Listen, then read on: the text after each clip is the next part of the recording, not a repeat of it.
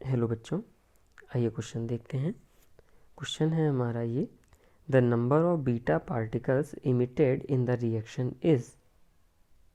तो इसमें कितने बीटा पार्टिकल निकले ये हमको निकालना है।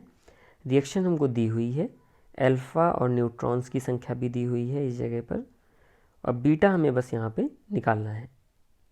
तो इसको सॉल्व करने से पहले आप ध्यान से देखें तो मास नंबर में कमी दिखाई दे रही है, और वो कितने की कमी है सबसे पहले निकालें ताकि आपको पता लगे कि अल्फ़ा पार्टिकल टोटल कितने निकले हैं।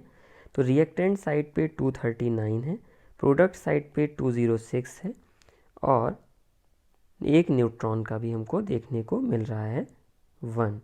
तो यहाँ पे अब देखें 239 और 207 इनके बीच में जो डिफरेंस आएगा वो आपका 32 का डिफरेंस आने वाला है। ये सारा का सारा अल्फ़ा पार्टिकल की वजह से होगा, क्योंकि बीटा पार्टिकल किसी भी प्रकार से मास नंबर में अफेक्ट नहीं डालता है। तो आप यहाँ पे अगर अल्फ़ा पार्टिकल कितने निकले ये निकालना चाहें तो इसे आप 4 से डिवाइड कर दें तो ये 8 अल्फ़ा पार्टिकल आ जाएगा। क्यों 4 से डिवाइड कर रहे हैं? क्योंकि अल्फ़ा पार्टिकल हर अल्फ़ा पार्टिकल के साथ 4 मास नंबर में कमी लाता है।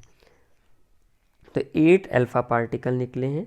अगर 8 अल्फ़ा पार्टिकल निकले हैं तो उस केस में अब आप इसके एटॉमिक नंबर्स को अगर बैलेंस करने जाएं ताकि बीटा पार्टिकल निकाल पाएँ तो इसे कुछ इस प्रकार से लिखा जाए 94 Pu, मैं सिर्फ एटॉमिक नंबर लिखता हूँ, 82 Pb plus 8 alpha particle 2 alpha 4 ऐसा, और प्लस x मान लिए जाएं बीटा पार्टिकल। तो बीटा पार्टिकल रिप्रेजेंट करने का तरीका ये होता है।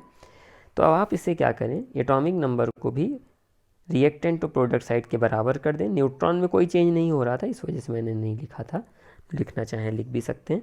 तो ऐसे लिखेंगे 94 is equal to 82 plus 8 into 2 और प्लस x इंटू -1।